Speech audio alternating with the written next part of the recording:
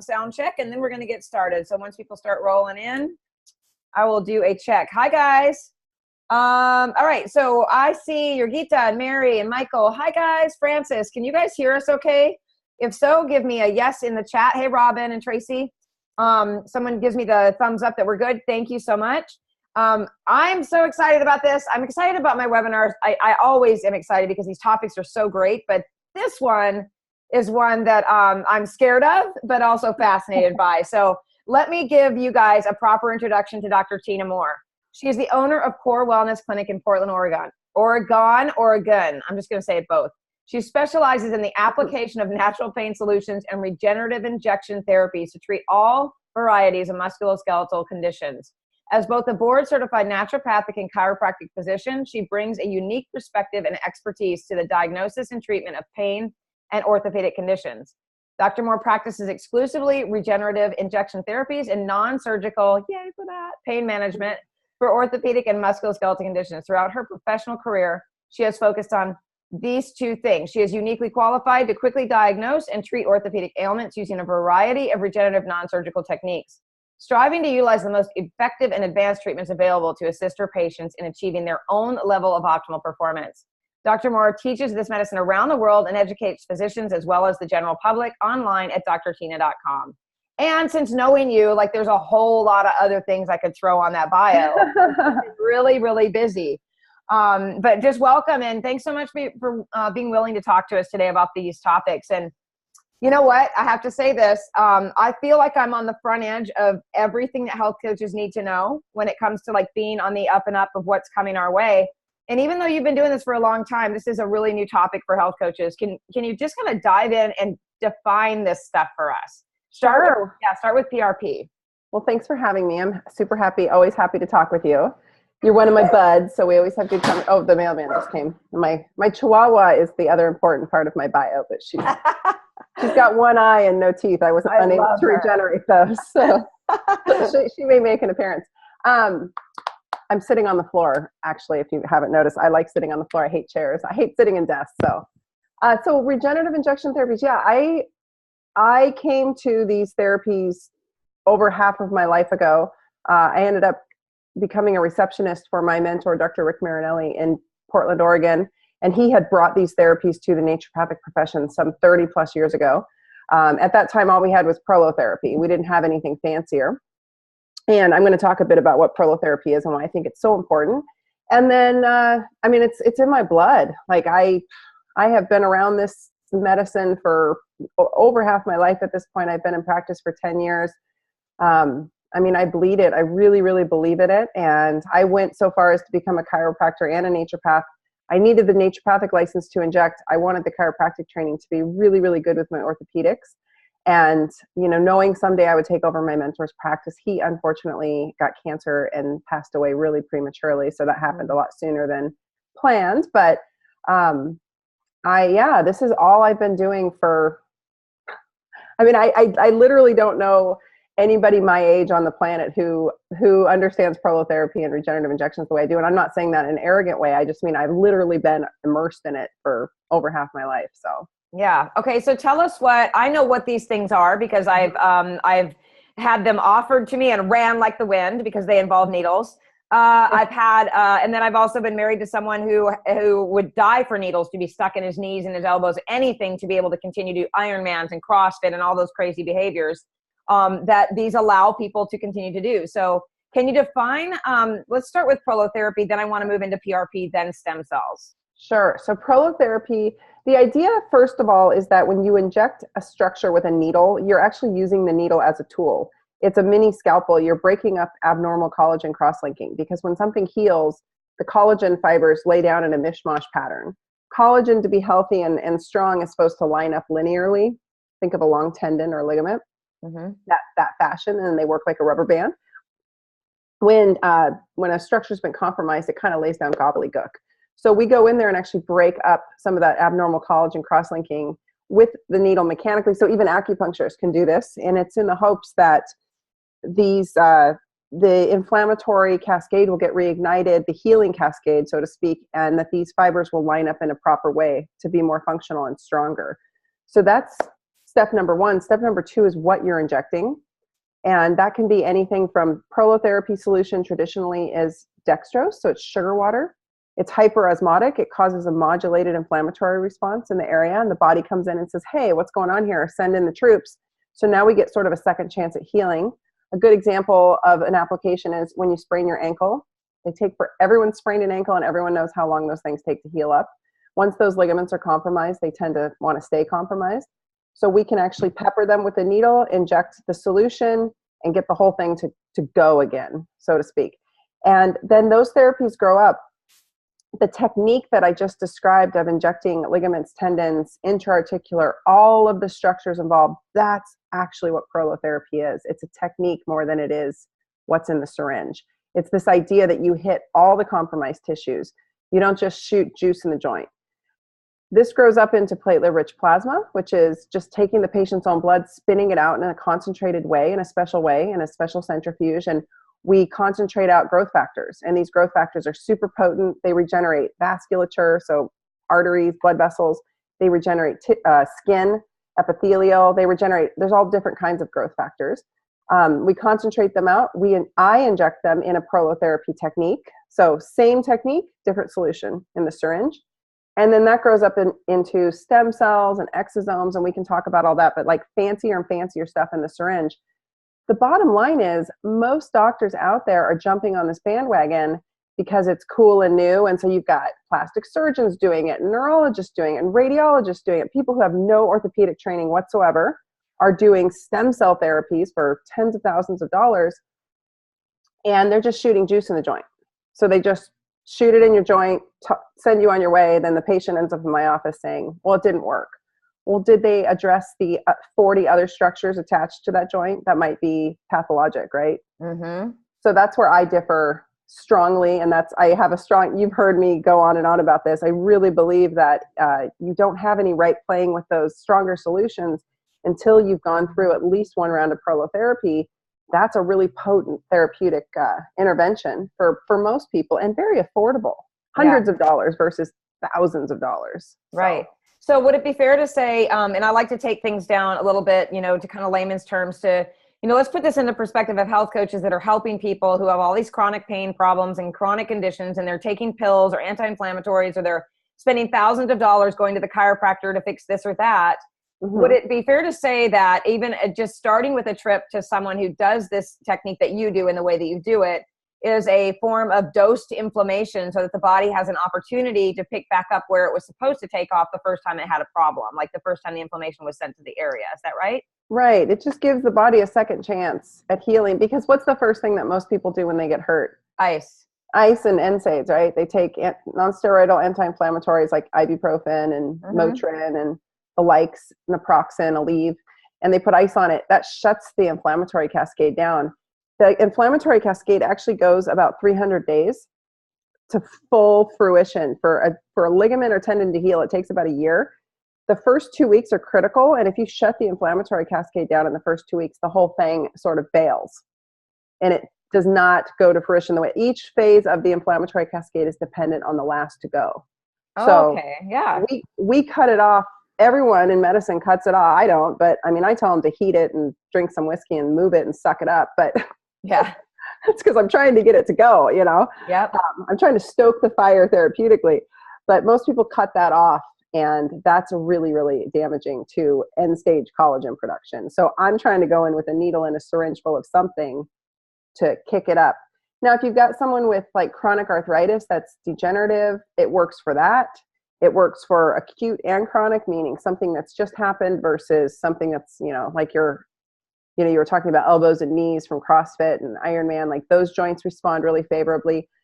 However, bottom line is these therapies are only as good as the patient's ability to heal. And that's really been my soapbox and my online platform is, if you don't have the ability to ignite a healing cascade, like the first thing I ask patients is, how do you do when you cut yourself? Do you heal quickly? And if they say no, it takes forever to heal, I'm like, you're not a candidate for this then. We need a robust healing response ability, because it's not so much what we're injecting as it is the body's ability to signal, to say, something is happening, let's go. Mm-hmm. If people are inflamed, they're on chronic medications, they're diabetic, they're stagnant, often obesity will contribute to this. They're not conditioned, they're not moving. These are not great candidates for these therapies. Okay. So this is, and this is important thing to note here, you guys, is that we are, I had some coaches ask me, how will this benefit health coaches to even learn about this topic? It's fascinating, but why do we need to know? You need to know because as I said earlier, it's an up and coming thing. Hopefully people will start to, your cup is fine. You don't have to hide the words if that's what you're trying to do. We don't care. My boyfriend gave me this morning and I was like, oh no, I have this on the air. Oh, it's funny. Nobody cares.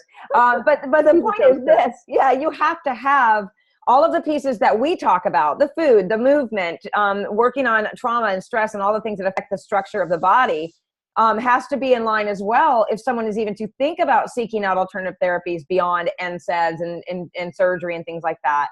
As Tyna was saying, you can inject and you can do all these therapies, but if they're going home after a treatment like this and they're sitting on their ass and they're eating potato chips, we have a problem, right? Yeah.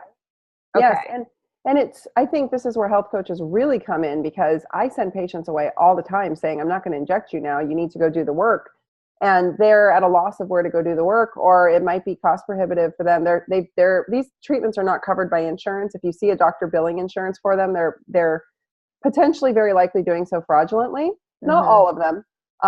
Sometimes they can get it covered depending on what region it is and what therapy it is. But for the most part, these are not covered by insurance. And the patients now budgeted all that money to get the regenerative injection therapies, but the milieu of the patient is crap, right? We need to start with a healthy organism to have a robust healing regenerative response. If we don't, we're basically just, like I tell patients, if I take your hot mess of inflamed blood and concentrate it down and shoot it into your hot mess of an inflamed joint, we are going to have a very bad problem on our hands for months potentially. And we might actually do more harm than good. Most doctors don't think like this, and most doctors aren't even discussing this. Even, I hate to say it, even my naturopathic colleagues will very often just inject the person because they're sitting in front of them and they feel they owe it to the patient to give the patient relief. But what I'm trying to say, what I've been saying for years, and it's slowly catching on, is like, this has everything to do, your PRP is different than my PRP. Mm-hmm. My PRP is different than my boyfriend who's 50, who's a male, or a 25-year-old male who's in really good shape, CrossFitter guy. Very different apples to oranges here. And the studies don't reflect that. The studies looking at these therapies are not looking at the technician holding the syringe, and they're not looking at, so none of those variables are considered, and they're not looking at, whose blood it is or whose cells it is, or someone who's, in fact, there's studies showing in mice that if the mice are morbidly obese, their stem cells are all but dead. Mm-hmm. So doing a $10,000 stem cell procedure on a morbidly obese patient, to me, is super unethical. And I think this is where health coaches really come in. You guys can help them do all the groundwork. Yeah. Which is the lifestyle stuff, the dietary stuff, the sleep, the meditation, like whatever it is that's in your wheelhouse. But that's so important that these pieces be somewhat in play before people go and get the big guns. Now, I can do Prolo on someone who, I can do a more inexpensive dextrose injection on someone who's not in super great shape, because it'll quell the pain a bit. If they have the money, I can do that. It'll quell the pain. But then the deal is they got to go do the work, or I'm not pulling out any bigger guns. And I lose patients that way often. They'll go down the street. They'll get it literally. They'll go get it down the street, something much more robust and painful. And then I come to find out that, it's 6 weeks post stem cell treatment and they still can't bend their knee because their knee blew up. And I'm like, yeah, I know it was going to blow up. I tried to tell you that before you had the therapy done with Dr. So-and-so. Yeah. What you're saying reminds me of two things. It reminds me of people who have an autoimmune problem, and then they go to the doctor, and the doctor puts them on Humira, which is an immunosuppressive drug. So the immune system is no longer, it gets tampered down and dampened down and not able to fight the other things it's supposed to be doing, which is, helping with leaky gut and all of those things to help the person heal in the first place. Yeah. It also reminds me of, people that go in to have the surgery and they're like, now you need to get up and get moving and get to your physical therapy. Well, if that person's gut is screwed up, or they're on pain medication, or whatever they're giving them is going against everything that we believe to get the body to heal in the first place. It makes no sense. Yep. And I'll tell you the truth. I think that most chronic debilitative arthritic conditions are honestly kind of a diabetes of the joint. I think it's a metabolic problem of the joint. It's a hormonal issue. It's a gut issue. I can tell just by looking at somebody. You know that movie, The Sixth Sense, where the kid's like, I see dead people. Yeah. I can see this stuff from a mile away, and I'll walk in and look at a patient and I'm just like, nope, this is all systemic. Yeah. And I have to spend an hour listening to their story, convincing them that I'm right, even without lab tests. But if their hormones are off, if they're estrogen dominant, if their gut is super inflamed, it's amazing how these things correlate with people's pain.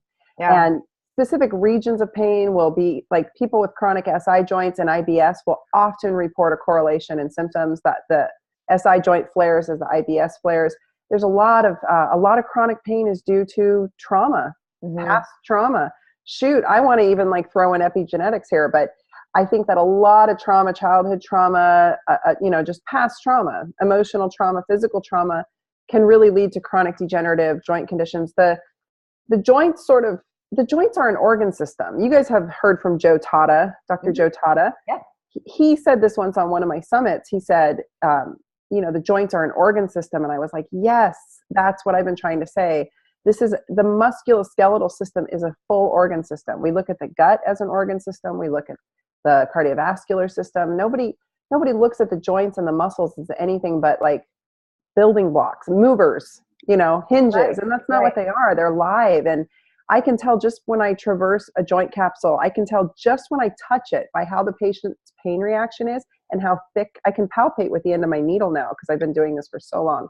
I can tell just by how thick a joint capsule is and how much give it has when I inject solution into it, how inflamed and what kind of hormonal state the patient lying on my table is in. It's crazy. I can tell just by putting an ultrasound probe down if someone has a sugar addiction, just by the way their bones look. I can tell if they're hypothyroid just by the way their tissues look. It's crazy. And nobody's acknowledging this stuff. People are still treating orthopedics as like let's hack it off or shoot cortisone in it. I know. Yeah. And I thank God I have never had a cortisone shot. And they scare me. Needles scare me anyway, and I know that's one of those things. Someday you're going to be chasing me around. I'll get you over that. You'll get me over that.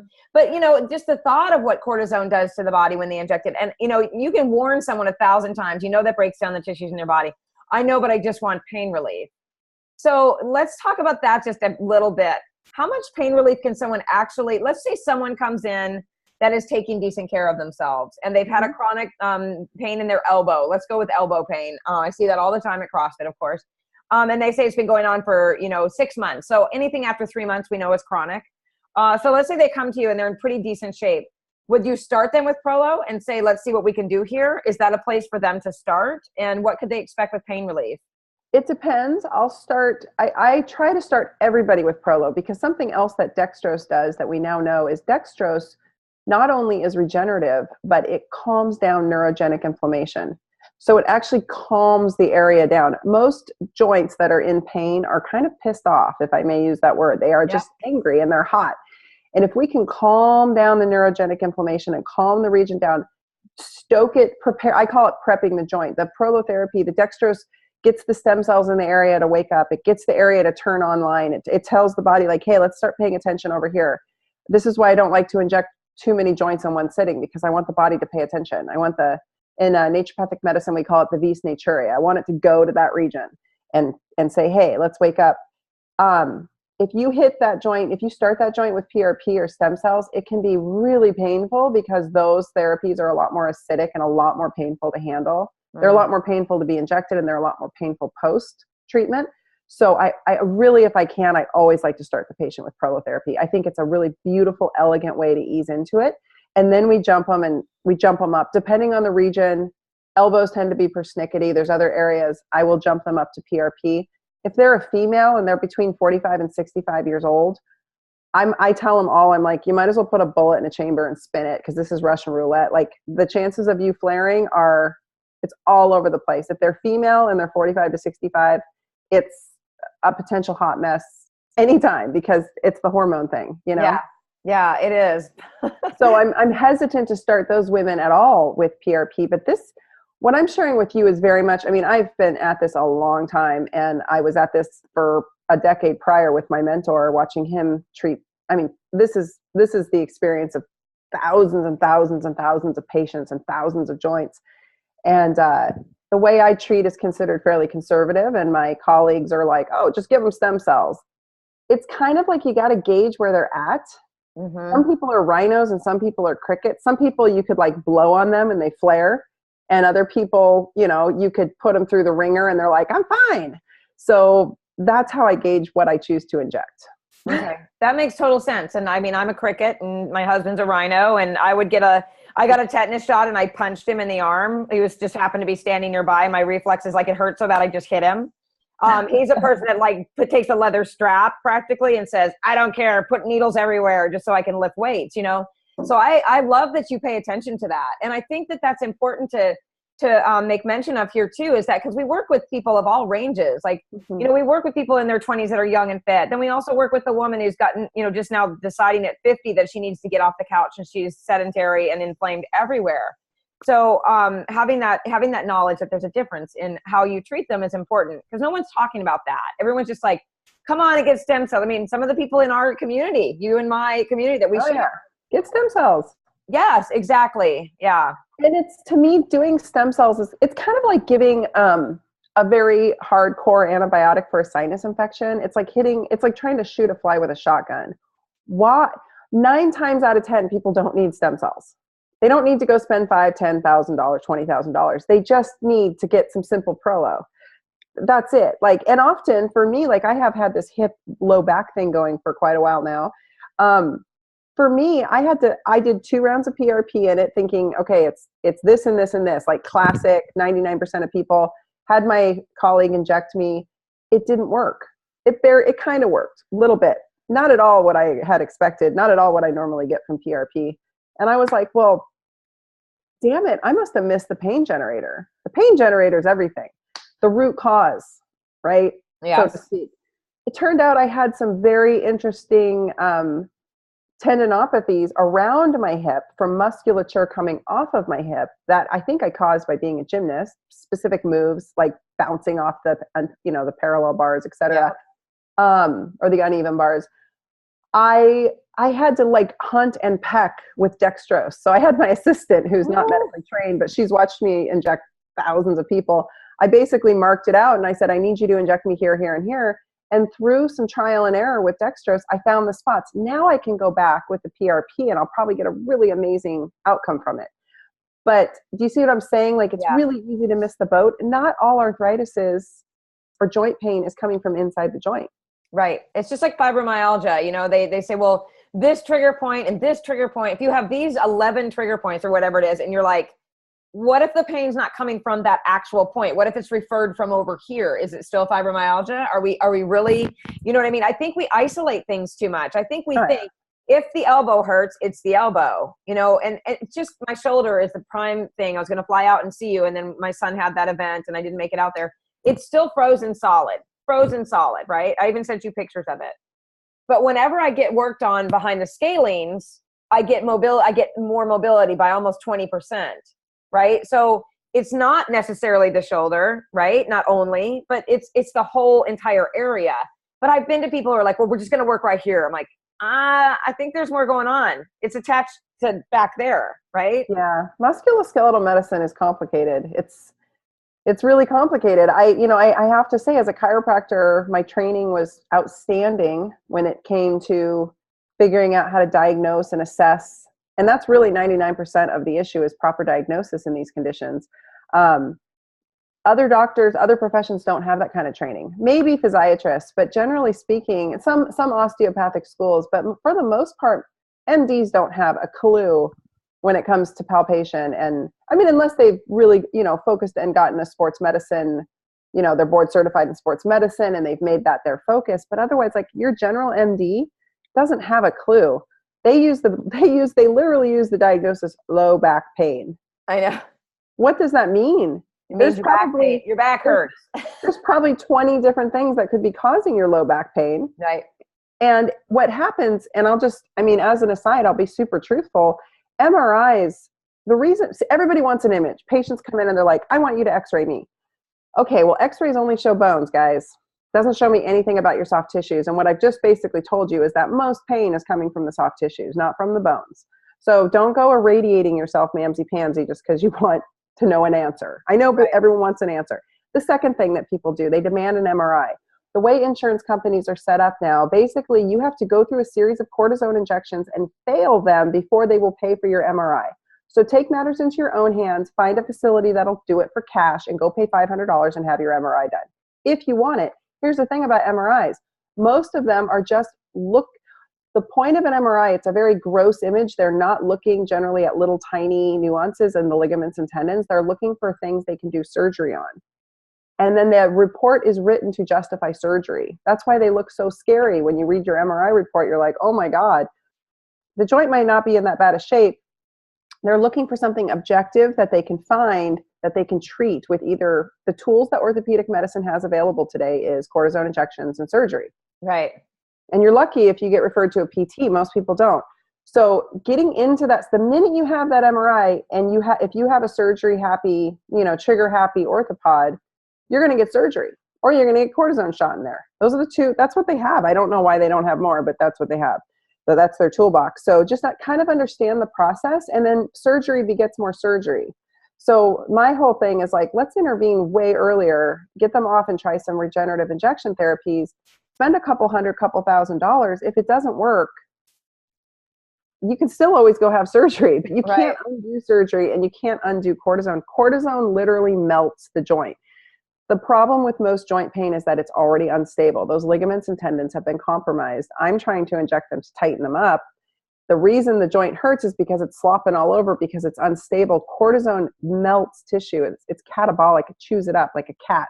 So it melts the tissues further. Initially, yes, you've cut the inflammation. Long term, 10, 20, 30 years, you've just created a much bigger problem. Yeah. And you're probably going to end up with surgery or much further degradation. Everything inside is going to melt. It literally just melts tissues. So, and the long term, I mean, I took a drug. This is how potent it is. Most doctors, most orthopods will take a dosage of Kenalog. Kenalog is a common corticosteroid. They'll use a whole cc at about 40 milligrams per ml. Pretty strong. They'll put a whole cc of that into your joint, call it good. You're only allowed to get 3 because they know it'll melt your joint if you do more than that. So I took 10 milligrams per ml, super much less strong. I took 1 drop of that. I diluted it in a 10 cc syringe of saline. And then I took 1 drop of that and diluted that in another 10 cc. I basically made a homeopathic of Kenalog. Right. I put 1 drop of that into a blemish on my forehead, and within a month, it melted. The gravity pulled it down and it melted you can't see it, but you can feel it. It went down to the bone. It looked like somebody scooped my forehead out like a what? From 1 drop of, that's how destructive this stuff is. So and did it heal? Because I don't see it. I had to there's one right here you can see if you see me up close or in the right light. I had to microneedle it and inject it with PRP over and over and over again to get the tissue to regenerate. And then this one didn't respond as well. I'm permanently damaged, but that gave me some idea of how completely destructive this stuff is. Yeah. And we're having it thrown into our joints. People are having it put into their spines. People are having it put into their spinal canals, their cords. It's crazy. Yeah. Your Gita is saying the cream is a question mark. No, she's talking about how she took what most people are using to inject in conventional medicine into joints to fix problems. She diluted it, literally down to, almost like if you were doing, like you said, a homeopathic remedy, a drop, and that's what happened. I injected it into a blemish. Because I had to go speak at a conference, and I had 2 really bad, I don't know why I got like really bad cystic acne, which I never get. And that was years ago, and that made me realize, wow, this is what people are putting in their joints at significantly higher concentrations. Right. And a lot of doctors don't even ask. I've had lots of patients show up and say, after 2 or 3 rounds of PRP with me, that means they've spent $2,000 or $3,000 or more, and all of a sudden they go see the orthopedist, and the orthopedist says, I'm gonna give you a shot, doesn't tell them what's coming, doesn't even discuss it with them, and next thing they know, there's cortisone going into their shoulder. The other thing to back up about MRIs is that most joints require you do a contrast agent inside the joint to inject it into the joint to visualize the structures that are damaged. That's called gadolinium. It's a heavy metal. It's super toxic. The FDA has now come out and said, we now know this is causing brain issues. If you look at patients who have MS, most of them have gadolinium deposits in their brain. Mm-hmm. So getting contrast MRIs is a really bad idea unless you absolutely need it, of course. If it's going to be life-saving or it's critical, of course, don't. I had someone message me recently on Facebook, and she said, I saw your article about that, and I have liver cancer, and I'm not going to get the contrast. I'm like, no, you have to listen to your oncologist and do what they are suggesting in this case. But what I'm saying is a lot of people kind of want that mamsy-pamsy MRI because they want an answer. And what I'm saying is often, I don't need the MRI to provide you with prolotherapy or PRP. It's not going to change my treatment outcome any. I'm still going to palpate you effectively, find the areas that need treated, and I'm going to treat you efficiently. And you're probably going to get some great relief out of it. No toxic contrast necessary. Are you bringing your needles to Mindshare? I'm just going to say, oh my gosh. I'm not licensed in California. You know, if I did that, I'd have to set up a booth like Dr. Lauren Noel. Yeah. Her IV booth. I'll just have a Prolo booth over there. Oh my gosh, you need to. Okay. So let's slip into the conversation about what exosomes are. What is that? So stem cells are kind of the big fancy therapy, and I mix stem cells with PRP. And stem cells, we're talking patient-acquired stem cells. They are your own adult autologous stem cells, so they come from your own fat or bone marrow. Those actually have packets of information in them. I mix them with PRP. I inject them into the joint. We're not allowed to manipulate them too much because the FDA says that turns it into a drug. So we're not allowed to break down the cell wall, or some doctors are digesting the cell wall and they have special what's called an IRB. It's a special agreement with the government that you're doing a study. So they have special paperwork to allow them to do that. So what's inside those stem cells is actually what counts. Like I said earlier about cell signaling, it's about how the cells talk to each other. Inside the stem cells are these little molecules of information called exosomes. And it's the exosomes that tell the stem cell how to differentiate. It's the exosomes that tell the stem cells where to go and what to do and what to become. So I stopped doing stem cells a couple of years ago in my clinic just because honestly it was disgusting. I got to be honest, I hated harvesting them. I hated sucking fat out of people. Ew. That was the predominant treatment I did, and it just was more than I wanted to do, to be honest. So, and I was finding, as I make patients apply, and I only pick super healthy patients to treat, and I just found with, a good skill set coming from me and a healthy patient, PRP was plenty for 99% of people. So anyway, I kind of was waiting for the day when we could get these exosomes, because it seems to be that the exosomes are the chemical messengers that really have the most impact. And now you actually can, and this is brand new and most doctors don't even know about it, but you actually can purchase the exosomes. They're placental derived. They're donated placenta. There's nothing, there's nothing iffy about it. There's nothing moral about it. Their placenta. They were babies that were born healthy. They take the placenta. You cannot, in the United States, you cannot culture what's called culture expand stem cells, where you take stem cells, put them into culture medium and grow them.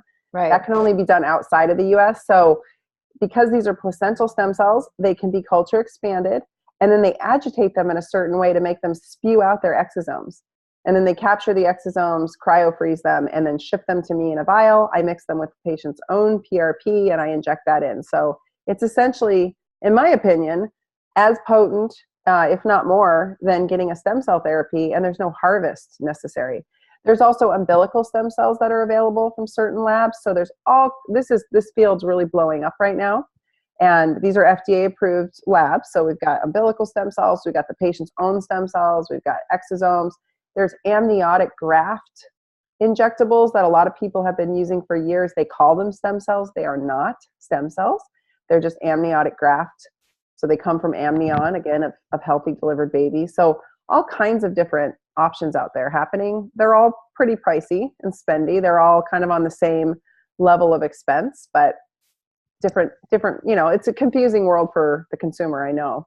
Yeah. So you're talking about using placental and amniotic and umbilical cells. This is because babies are born perfect and they don't have all the inflammation. Why is this? Why are we leaning on that? I remember when you said there's nothing sketchy or weird about it.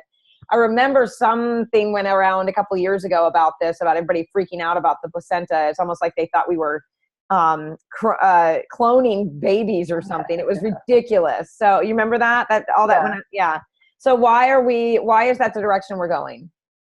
Because when babies are born, those stem cells that are in that vicinity are super potent.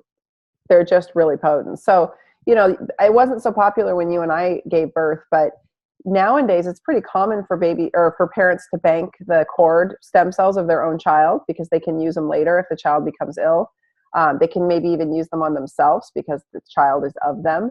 So these are just really potent sources of clean stem cells. And I mean, they're only, of course, as clean as the mother birthing the child, but it can be sketchy. I mean, it kind of weirds me out to be thinking about putting some other person's cells into me. Like, are they going to grow weird? We don't have any proof that any of this is causing cancer, but I'll tell you. So one of the growth factors inside of PRP, for instance, is VEGF. It's vasoendothelial growth factor. There's a big trend in aesthetic medicine to inject PRP into breast tissue, and they call it the vampire breast lift. And you inject a bunch of PRP and filler to fill out and make women's breasts look rounder and nicer. And it looks very aesthetically pleasing, and it feels real, and it's not silicone. It's not anything creepy. But there's a lot of VEGF in PRP, and I think that's how it's really helping heal joints and regenerating. I do it in the face. I do it in the hair. I just treated a woman's scalp yesterday to regenerate her hair. Here's the deal, though, with VEGF. If you look up VEGF in cancer, VEGF is found in high levels in cancer patients' blood when their cancer has metastasized. Mm-hmm. VEGF seems to be one of the growth factors that allows tumors to break out of their shell and metastasize.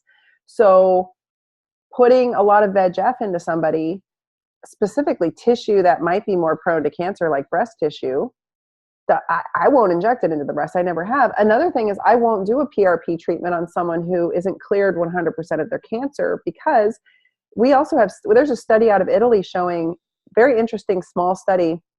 I've never seen it repeated.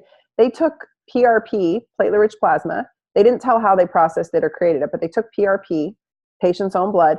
They injected it into the patient's belly fat, 2.5 cc's, which is a pretty small aliquot of solution, just right into the belly fat, just like a subcutaneous, like an insulin injection. Mm-hmm.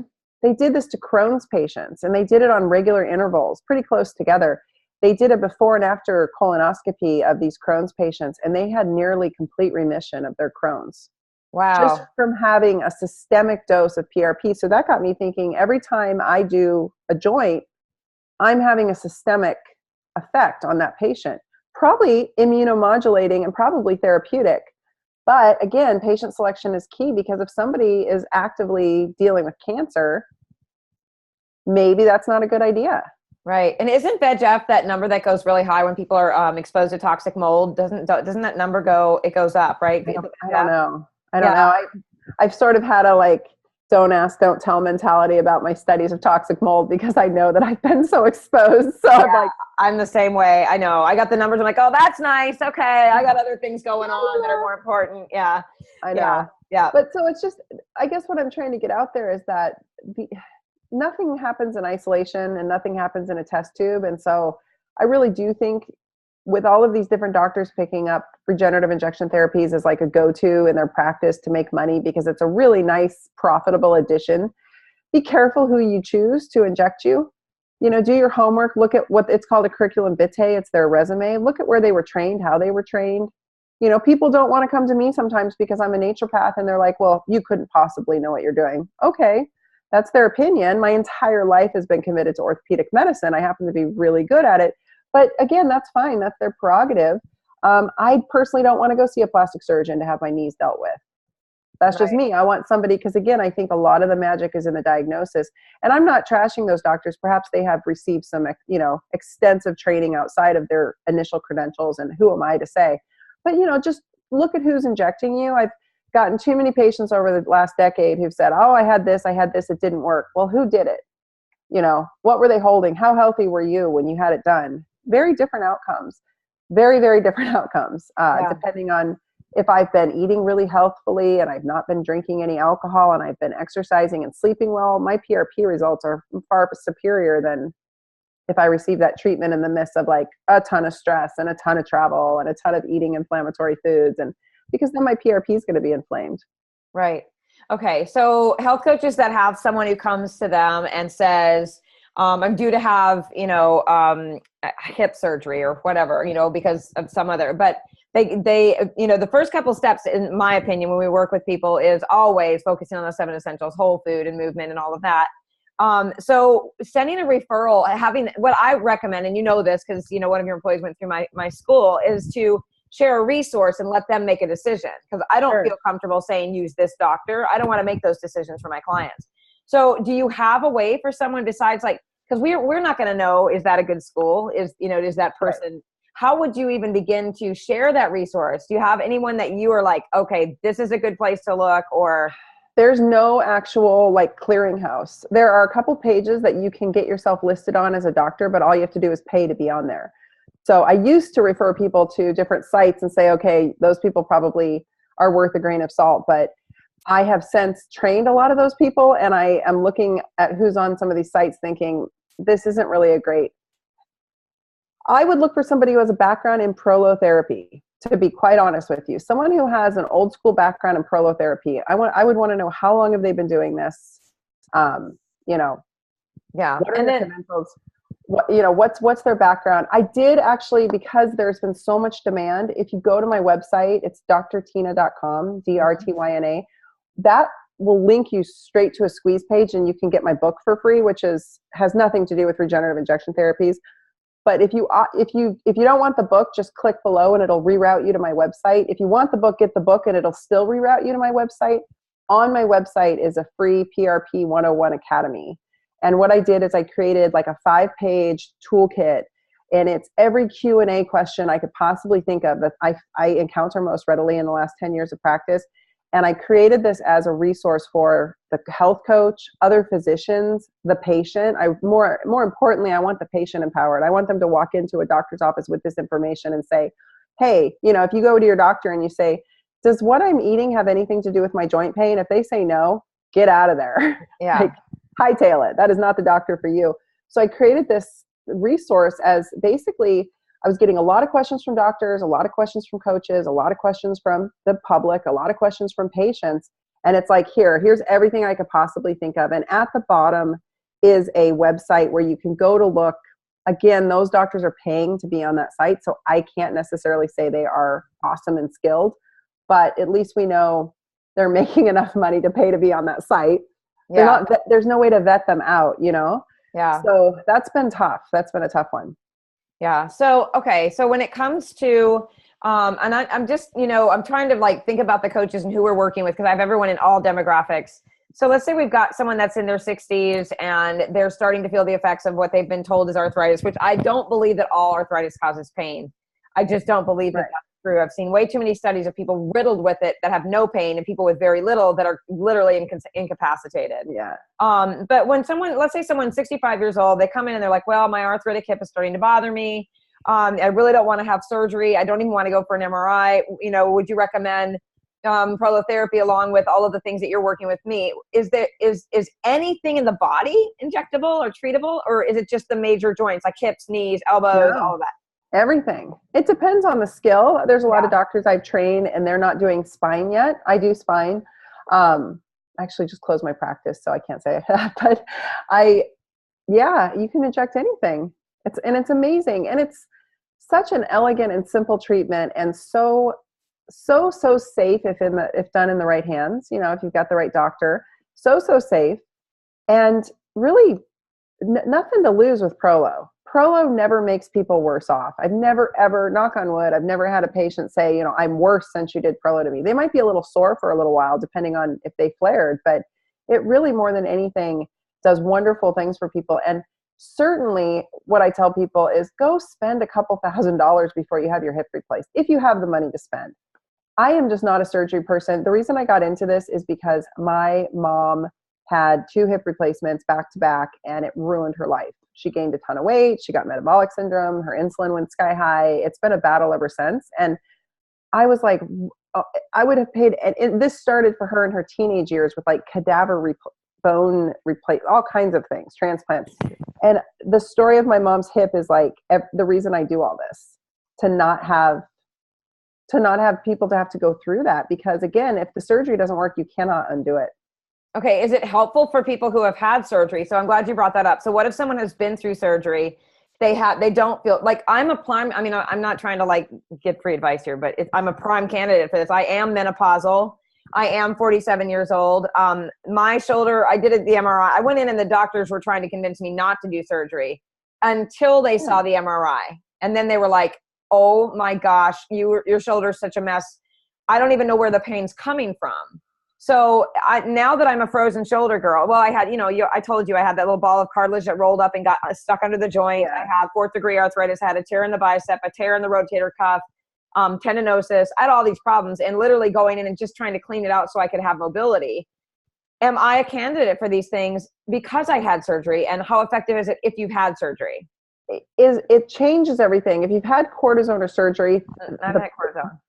The pain perception changes, especially like if people have had a lot of cortisone injections in their back or a joint. I tell them like my ability to guess how helpful this is going to be is way skewed now, because normally I can tell someone with pretty good certainty how well they're going to do. No, I think as long as you don't have any metal in the joint, if you've got any parts in you, you can't get Prolo, you can't get injected because it ups the risk for infection. Some doctors will do it. I won't. But I think, I treat people post-surgery all the time. And they get great results.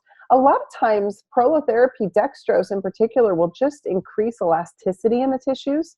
So often I'm just peppering the entire shoulder, so to speak, to try to get more movement and mobility and to pepper it and to get it to just sort of regain some elasticity.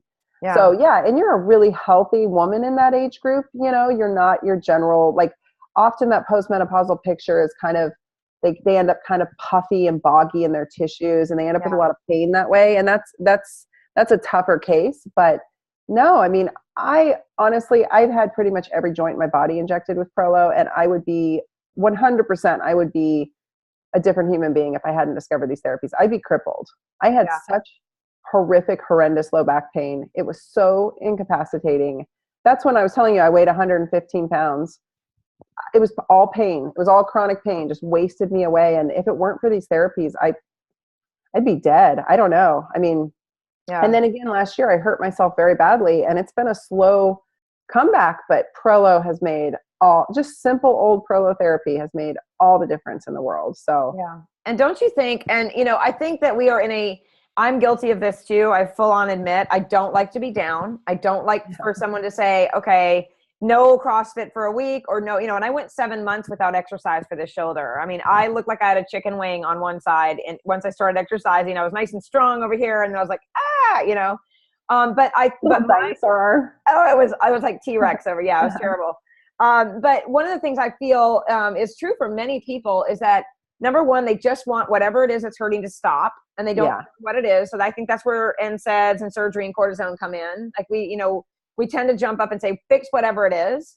Right. And then I also think, let me ask you this. Do you think people that come to you for this, for Prolo and PRP, that have had chronic pain, and you're like, this is going to make a world of difference for you. I promise you're going to feel better no matter what. It's not going to make you worse. Don't you think that also helps with the mindset? Oh, yeah. That's connected to the pain cycle that they can get stuck in. Yeah, because so here's the deal. You get Prolo or PRP, you got to take a couple weeks off, and then you can ease back into activity. That is a whole different game than having surgery. Yes. Having surgery is a whole different nightmare. Yeah. Your deductible for the surgery will be as much as having your whole series of injections, first of all. Yeah. So you just spent the same amount of money. Being cut open is no joke. The tax on the adrenal glands, the tax on your hormones and your body and your stress levels of having to be cut into and joints hacked on is so hard. And then you've got recovery and time off and quality of life lost, and more time and watching people come back from surgeries. And then they still have to end up in my office because they've got so many scar restrictions and so much going on post-surgery that it's like, damn it, I wish you had come to me before. I wish we had tried this before and given it a chance, So I am all for not getting cut on. But I know that that is some people's prerogative. And interestingly, some people really even like it. Like I have patients who are really into getting surgery. That's like their quick go-to, and they've had surgery all over their bodies. That is, everyone's own jam, not mine. I would avoid hospitals at all costs personally. Yeah. So, yeah. I just think it's a very elegant, simple, safe treatment that if people can find access to it, then, and this is not available everywhere because it's a hard thing to learn. And so not a lot of doctors do it. Yeah. So it's, like I said, there is no real resource on going to find a good doctor. You just have to start doing some research and calling and asking good questions because, I train people all the time, but there are so few highly skilled prolotherapists out there. And that's a shame. There were a lot of them, but they've aged and retired. And then there's been a lull. And so there's a lot of people pretending to do prolo, but they've been doing it for a few months. So you want to be, you got to do some research. Yeah. And that's where that leads into the questions too. They're asking, where can we find someone in the area we live, which you already touched on, to go out to your website, and you've kind of created a list. I think it's all about, and she's saying how to find a doctor who can do this. How can we find a reputable person? You guys, this is just like in the doctor's template that I give to students and members. Not everyone here is a member of the mastery group or a student, but I always say interview where you want to go. So if your clients are looking for a new doctor, interview them, call. What's the person like on the phone? How fast can you get in for an appointment? How long have they been in practice? You just have to do the work on that. And then someone asked if you're taking new patients, but you'd already mentioned that you closed your practice down. So, tell us why. Go ahead and tell us why. I mean, be frank and honest about it. So I've been in practice for 10 years now. I've been in medicine. I've been in naturopathic medicine for 22 years, assisting my mentor. And I've been in medicine since I was 18, 19. I feel like I just have much bigger things to do, and I only have so many hours in a day. You and I were just talking, life is short. Yeah. And I'm 44, and I feel like the information I've amassed can help way more people if I can get the message out to millions. And I've got my hands in so many pots. I teach this to other practitioners. So I teach prolotherapy all over the world, honestly, to practitioners. Just as a disclaimer, please don't email me and ask me for a referral to somebody in your area, because I get so many of those a day, I cannot even answer them anymore. Yeah. If you need to find a good prolotherapist in like Alabama, I am not your girl. I go to my website, find that PRP 101 school, do the best you can with your research, because I really don't. Like I get hit with those requests all day long, and I'm first to answer my naturopathic colleagues, and I got like 4 of those yesterday from my colleagues. So I don't know people in your area. I don't know who's good at this necessarily. Right. To be quite honest with you, I am training a small army, but it takes years to get good at this. And so these people are just really getting up to snuff. And I'm trying to, I've got my hands in so many different pots. I mentor other physicians. I have a mastermind group for them where I'm teaching them kind of how to be an awesome female practitioner. So maybe you can do a networking thing someday. Maybe once everybody's gone through and you think that they're worthy of your name backing them, you can have a networking page where people can find something like. That's the goal. The goal really is to figure out how to get the people that I've trained to, again, I don't want people just to be able to pay to play. I feel like that's not fair. So I'm kind of trying to sort that out. But yeah, I don't know. It's crazy that I'm closing my practice, but I am. So I'm really excited about it. I've wanted to do this for a while, and I have some really big goals, and I only have so many hours in my day. So I made a choice. Me and you are the same. I'm like, there's so many things I want to do. And, so I have actually dwindled down my practice to, I only have like 3 clients right now, where normally I'd have a full blown health coaching practice, but I thought it was a better way to get the word out, opening the school and doing the mentorship and mastery, interviewing people for coaches. So Linda's got a question here. She's got 2 good questions. As a personal trainer, I see a lot of hypermobile joints, especially knees. My daughter has many hypermobile joints. Do you see Prolo as a possible option for this condition? Yes, absolutely. That's a good one. Some people are very genetically inclined to be more hypermobile. Prolo can help, because the cool thing about most of the people that come into my practice are hypermobile, and so am I. The cool thing is, evolutionarily, we will stretch before we break. So we may destroy our joints, but back in the caveman days, at least our bones wouldn't snap, because if you snap a bone, you're dead, right? It breaks through the skin, you get sepsis, you die. But having lax ligaments has its advantages evolutionarily, but it does lead to some joint issues. So Prolo is a great, great, great therapy for that. Yes, It is good for, I'm looking at Tracy's questions for EDS. Yes. Yeah, It is good for them. Ehlers-Danlos. Is that Ehlers-Danlos? Because I Yep. know someone's going to ask. Ehlers-Danlos syndrome is the. Go ahead and explain what that is. I'll let you. You're the doctor. It's just it's a genetic condition of your collagen where it's extra stretchy. And so people have various degrees of hypermobility with that. It is great. Again, though, I will say, the one thing I haven't mentioned yet, if people are not lifting weights, period, Yep. I won't treat anybody unless they're actually actively strength training. And they have had to be strength training for a while. It's not a come to me, let me get you strength training and we'll treat you. It's you need to, every single time I go against that. I just had a patient, 3 or 4 rounds of injections. She's not significantly better. I told her a year and a half ago when we started working together to start lifting right away. Go find a PT, go find a good strength and conditioning coach. Don't do it on your own. Find somebody to help you. Have your clients find someone to help them, hire a good coach, because you don't want to create more damage or more issues because they're doing it by themselves and hurting themselves. She didn't listen to me, and we're a year and a half later, and I'm like, I just can't figure out why your shoulder's not better. She's like, well, I haven't started lifting yet. And I was so frustrated. I was like, what part of start 3 weeks after our first injection was not clear? Yeah. So it's really important that you have muscular integrity to your joint structure, or there's no point in throwing a bunch of injections at it. Maybe 1 round to calm the pain down so you can get moving, but it's so important to be strength training. Yeah, that's the funny thing. Yeah, my coaches at my CrossFit gym are always like, okay, Carmen, so can you do this? And I'm like, I can lift, pull up, I'm strong as an ox in that shoulder, but don't ask me to like put it near my ear. So it's very confusing for people, like, with restrictions as far as coaches and people that are training, are concerned about. Even that's confusing to people that should know more about it, that should know more about mobility. Trainers should know about mobility, and they don't. I think I don't know. I think there's a lot of holes in a lot of training that we're doing today. There is. Yeah. That's why I say find a good strength and conditioning coach. I think I make a lot of money off CrossFit because people go in and maybe are walking into a CrossFit box where they're not getting good coaching and they're really overdoing it. Same thing with hot yoga. You can really put yourself into some compromised positions once you heat your body up. The overstretch and pop phenomenon in hot yoga is real. The other way people get in trouble is women, deconditioned women, especially middle-aged women, hoisting suitcases up into the overhead.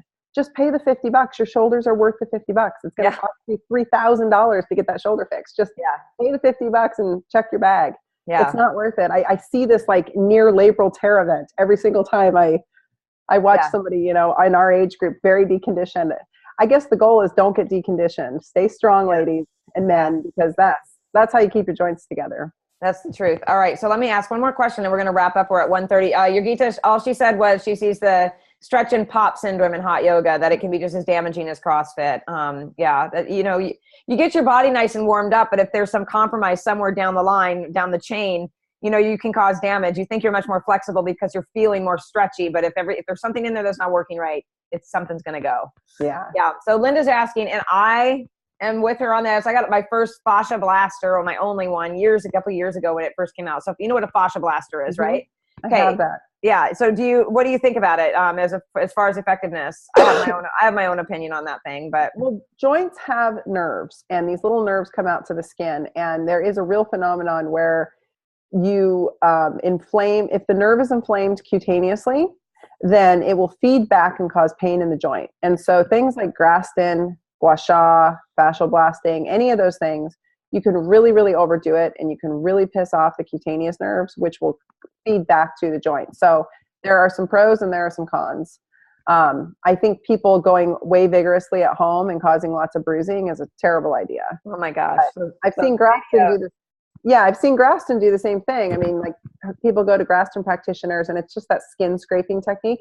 Brilliant technique done correctly, but you can really, really, really overdo it. Again, I think a lot of this comes with experience. The key is, so my prices are higher than a lot of my colleagues. There's a reason for that. I'm highly, highly, highly skilled at this. So you pay for what you get I'm not saying that, but that said, there are doctors out there who charge tens of thousands of dollars, so you assume they're good. Again, do your research on your peoples. Yeah. Fascial blasting is great in the hands of a professional. I don't know what it does in the hands of somebody at home. I mean, I think you can really jack yourself up. So yeah, and sometimes really with the fascia blaster, if I can say, and for those of you who don't know what the fascia blaster is, you can look it up. It's this big long tool that someone is making a ton of money on. I don't even remember what her name is. But don't join the groups is all I can tell you, because there are some really angry women in those fascia blasting groups on Facebook. I joined to find out like what people's experience had been with it, and I got attacked like 10,000 times. They get it for trying to smooth out the cellulite. Like all these women have bought this fascia blaster to get rid of cellulite. They're just desperate to, and they're tearing their bodies apart. I've never seen so many irresponsible things in my life, the bruising and the redness. And so with the fascia blaster, what I've noticed, like if I have tightness in a knee, or, we've done a lot of walking lunges or something like that, and my IT band gets a little short, I can literally take that fascia blaster with just some soap in the shower, and I can brush nice and easy up and down and get that inflammation going. You can feel it turning redness to itch. Just something light enough, not even to bruise, makes a difference because you're increasing blood flow. Yes. So, with anything, you guys, I think we should practice caution and good instinct. Like, does it hurt? Are you killing yourself to get rid of one little tiny piece of cellulite? Probably not a great idea. Right. Is it helping you for mobility because you had a harder day on a workout? Maybe a good idea. Right. Right. Yeah. Right. I'm with you.